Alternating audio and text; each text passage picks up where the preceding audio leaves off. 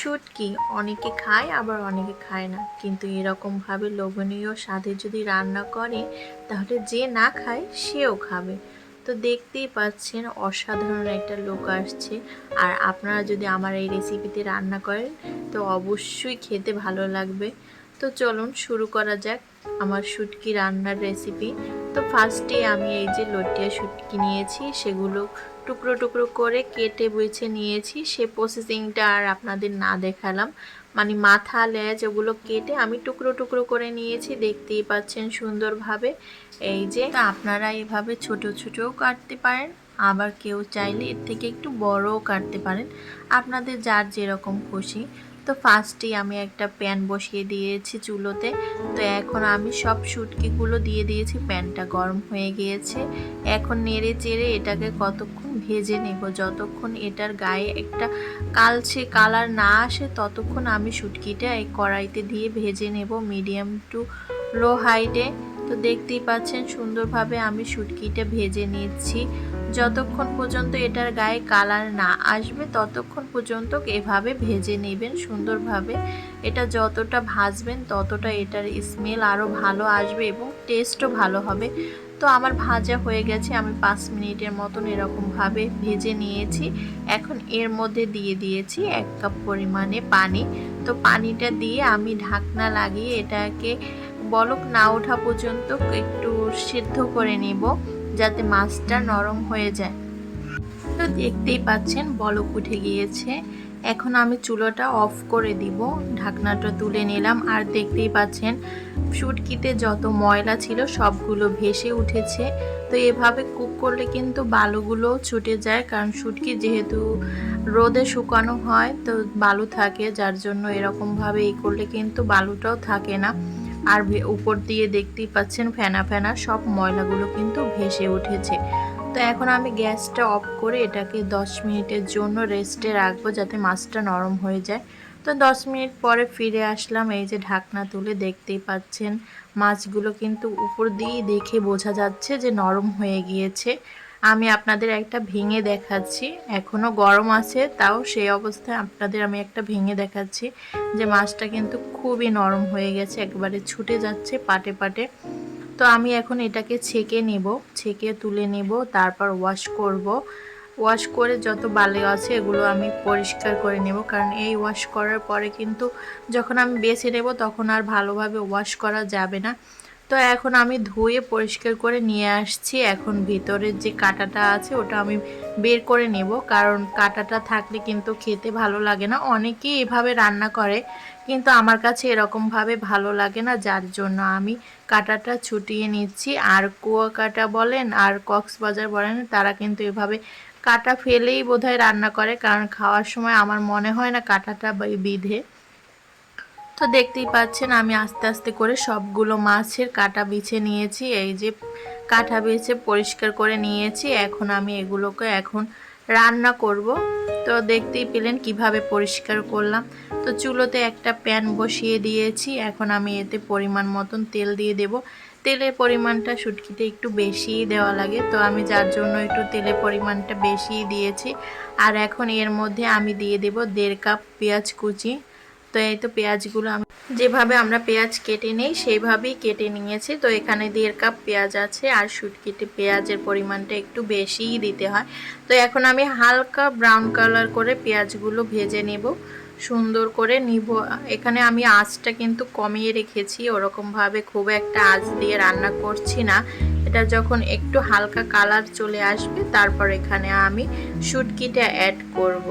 তো দেখতেই পাচ্ছেন আস্তে আস্তে আমি পেঁয়াজগুলো ভেজে নিয়েছি। এই যে এখন হালকা একটু কালার আসছে, এখন আমি এখানে শুটকিগুলো অ্যাড করছি।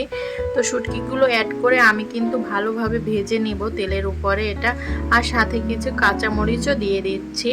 আর শুটকিতে একটু ঝাল হলে বোধহয় মনে হয় বেশিই ভালো লাগে, তো আপনারা চাইলে কিন্তু ঝালটা বাড়িয়েও দিতে পারেন, কমিয়েও দিতে পারেন। তো এখানে আমি 3-4টা কাঁচামরিচ ফালি করে তারপর দিয়ে দিয়েছি। এখন আমি তেলের উপরে এগুলো সব কিছু ভেজে নিচ্ছি। তো দেখতেই পাচ্ছেন এগুলো খুব সুন্দরভাবে ভাজা ভাজা হয়ে গেছে। এখন এর মধ্যে আমি মশলা অ্যাড করব, বাটা মশলা।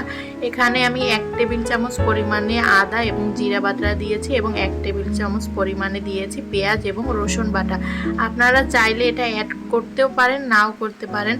পেঁয়াজ রসুন বাটাটার কথা বলছি, আদা এবং জিরা বাটাটা অবশ্যই অ্যাড করবেন, যেহেতু মাছের শুটকির একটা আলাদা স্মেল আছে, যাতে একটু মেকআপ করা যায়, যার জন্য এখানে আদা এবং জিরা বাটাটা দিয়ে দিয়েছি। তো দেখতেই পাচ্ছেন আমি এটাকে এখন মশলা সহ সুন্দরভাবে ভেজে নিচ্ছি। আর এদিকে আমার ভাজাও হয়ে গেছে, আমি 2-3 মিনিট ভেজে নিয়েছি।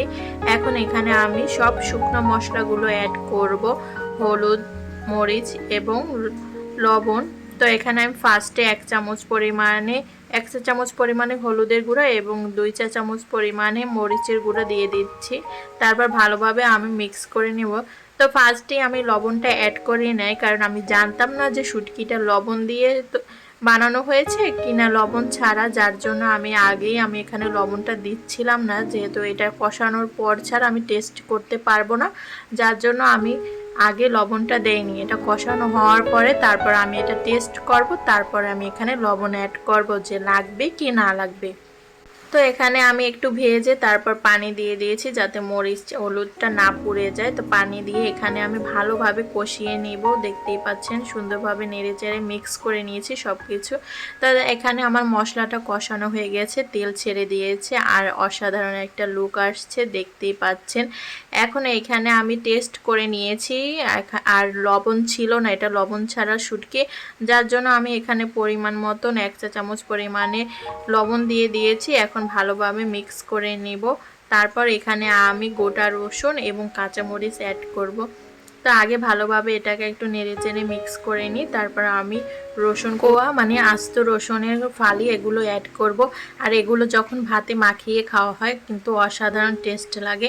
তো এখানে আমি অনেকগুলোই রসুনের কোয়া দিয়ে দিয়েছি। তো দেখতেই পাচ্ছেন এটা দিয়ে তারপর কাঁচামরিচ দিয়ে, আস্ত কাঁচামরিচের ফ্লেভার কিন্তু এটা অসাধারণ লাগে।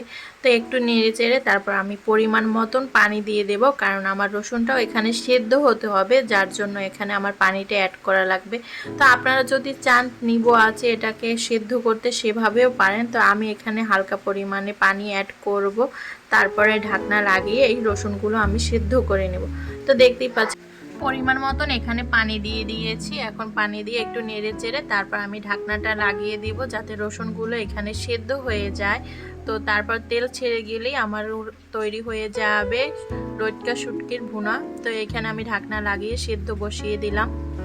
তো 5 মিনিট পরে আমি দেখতে পাচ্ছেন এই যে তেল ছেড়ে দিয়েছে, আমার শুটকিটা অলমোস্ট ডান, রসুনগুলো সেদ্ধ হয়ে গেছে, দেখেই বোঝা যাচ্ছে। আর লোভনীয় একটা টেস্ট আসছে। আপনারা যদি কেউ শুটকি এভাবে ট্রাই না করে থাকেন, অবশ্যই এইভাবে ট্রাই করে দেখবেন, ইনশাআল্লাহ ভালো লাগবে।